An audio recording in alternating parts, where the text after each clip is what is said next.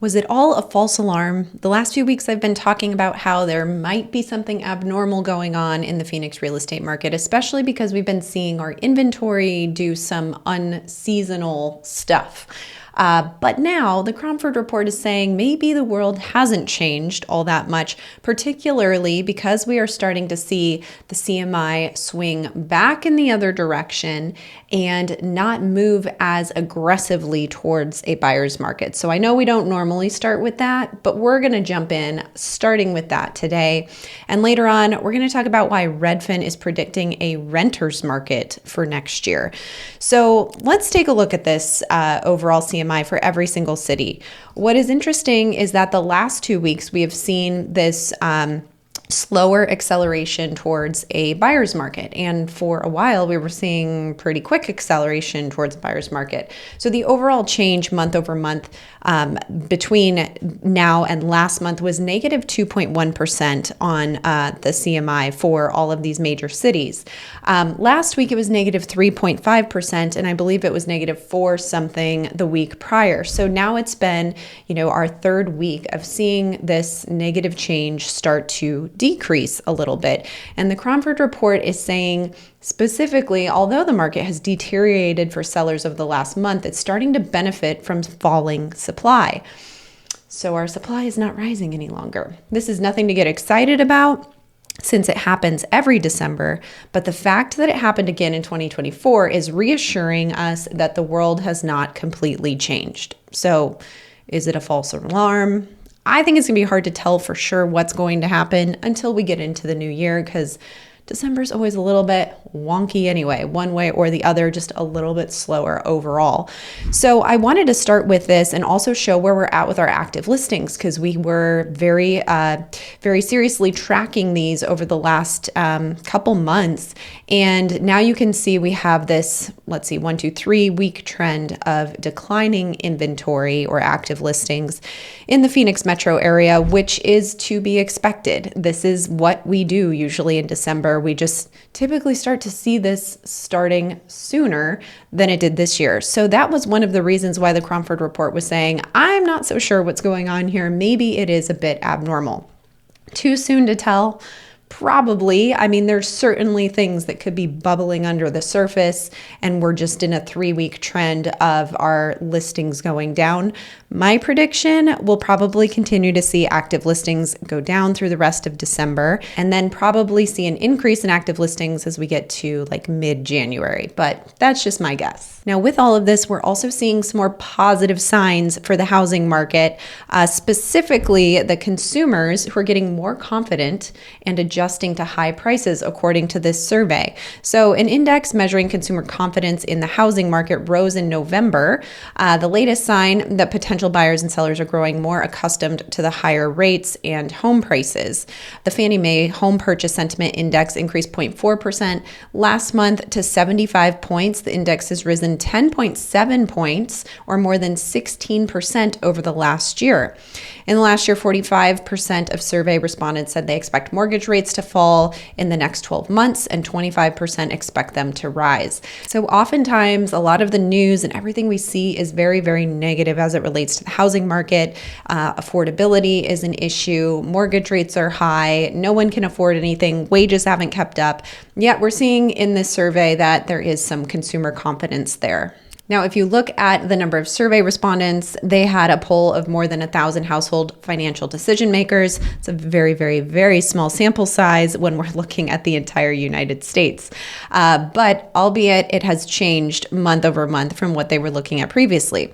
They say the percentage of consumers who think it's a good time to buy a home remains low at 23%, though the percentage who thinks it's a bad time to buy fell slightly to 77% in November from 80% a month earlier. So perhaps there is some sentiment shifting out there. So what could be causing all of this? Well, we finally saw some breaking in mortgage rates as of last week. Mortgage rates ticked down again, boosting buying activity. Mortgage rates dropped again. This was last week. The average 30-year mortgage rate fell to 6.69% from 6.81% a week earlier. Despite just a modest drop in rates, consumers clearly have responded as purchase demand has has noticeably improved. They're saying mortgage applications for home purchases rose 6% in the week through Friday, marking the fourth straight week of gains, according to the Mortgage Bankers Association. So what happened with mortgage rates? Well, last week the jobs report came out, and it actually really helped mortgage rates a bit. As of last week, rates were showing signs of resilience, but they had to wait for the true test, which was the jobs report. It wasn't that the headline job count was particularly low, but it wasn't strong enough to argue against the fact that the labor market has cooled off compared to the first half of the year, or that 2024 is cooler than 2023. So the Fed has been looking at the labor market a lot more specifically, rather than inflation, most recently. And so they've been wanting to see some progress with the labor market softening. This was something that showed some progress in that way, but it wasn't drastic. It says the simplest way to visualize the cooling is via this chart of the unemployment rate, so you can see how this has increased. They also give a few more examples here. They say the cooling is one of the reasons the Fed decided to begin cutting rates in September. As we discussed in the weeks leading up to that, the market is able to anticipate those decisions, thus pushing rates lower before the Fed actually pulls the trigger. So as of right now, there is a prediction of 90% that the Fed is going to cut the rate December 18th, so next week, by 1/4 of a point. So that is what the anticipation is. But again, mortgage rates are different than the federal funds rate, and mortgage rates are going to move in anticipation of that Fed cut. So if you are a buyer out there, now is the time to be talking with your lender, not waiting until the Fed actually makes the announcement and the decision of what they're going to do. So you can see the changes that we've seen in the 30-year fixed rate. We're sitting today at 6.68%, which is a nice move downward from those peaks that we were seeing right above 7% just in the beginning of November. Not quite as low as we were back in September when we kind of hit that all-time low for the year.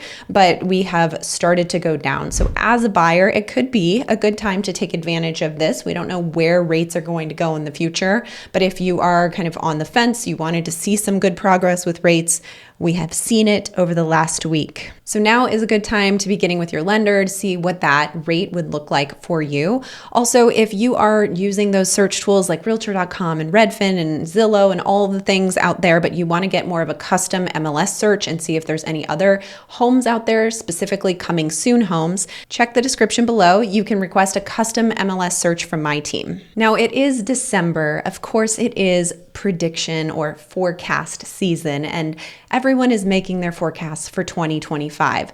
Redfin is no exception. They have a number of predictions for next year, one of which being it's going to be a renter's market. So let's take a look at what they're saying about that. By the way, if any of this is helpful for you, make sure you hit subscribe so you can be part of our community going forward and share it with someone who might find it helpful.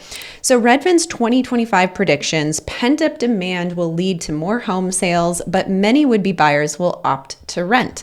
So a few different things they're saying in here. They think home prices will rise 4% in 2025. By the way, if you haven't looked at any of the other forecasts, and I may go through these in more depth on a future video, but most of the home price forecasts are anywhere between 2 to 10% next year. I'm not seeing very many, if any, home price forecasts next year for prices going down. Mortgage rates will remain near 7%. They say mortgage rates are likely to remain in the high sixes throughout 2025, averaging around 6.8%. I'm going to say we're going to stay around 6.5%. That's my personal prediction on that one. There will be more home sales in 2025. Well, let's hope so, because we are at some low levels of home sales both this year and last year. So it's time to step it up. Prediction number 4, 2025 will be a renter's market. So here's what they're talking about. They're saying that many Americans will remain renters or become renters because the cost of buying a home will increase. Rental affordability will actually improve. They expect that the asking rent to remain flat in 2025, and that will make rent payments more affordable than the typical American because wages are more affordable to the typical American because wages will rise. They also say there's going to be more new rentals coming on the market. So an increase in inventory for rentals, which is going to bring rental rates down. They're saying many of the unit builders started working on during the pandemic, that apartment building boom will finally come to fruition. This will create more supply than demand, moving landlords to offer concessions, lower rents, with rents flat or maybe even down next year, home prices rising as rates are likely to stay high. The affordability gap between renting and buying may widen. So I thought that was interesting. I'd love to hear what you guys think about that. Put it in the comments below if you think it's going to be more of a renter's market next year as we continue to battle this affordability crisis. Now, I know it's hard to believe that we may see home prices continue to increase next year. Many people do not align with that or can't understand how that would happen. And I figured let's take a look at where our median sales prices are here in the Phoenix metro area. And we haven't looked at this in a while, but it's clear you can see that we are higher this year than last year.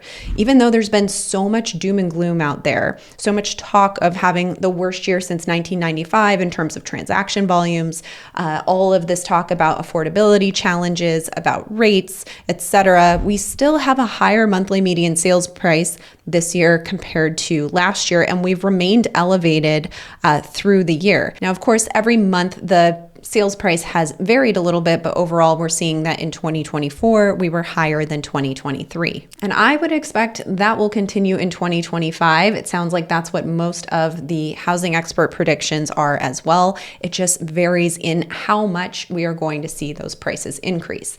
Now let's look at appreciation as well, because as a seller, you're always interested in what is going on with appreciation rates. And I thought it would be important to share that we are seeing a lot of positive appreciation. Now, if you look back here, this is 2021. Obviously, this was a complete outlier. Now we're seeing appreciation rates in a much more normal range, although they're still high, 6.6%, 7%. This is for Phoenix. This awesome graph actually gives me every major city throughout the valley where I can see what the appreciation rate is, annual appreciation rate, and it's also showing month by month. So some really great information if you're a seller and you want to know what that appreciation rate looks like for you. So I'm going to let you get all that info. If you want to check the description below to request that information, I can get you that specifically for your city. Now, we started with the list of major cities and their CMI. Let's look at the overall CMI. We're at 86.8. So still in the very top of a buyer's market right now. Our demand is at 77.2 and our supply is at 88.9. So this supply is starting to go down, as we saw on that active listings chart that I was showing you.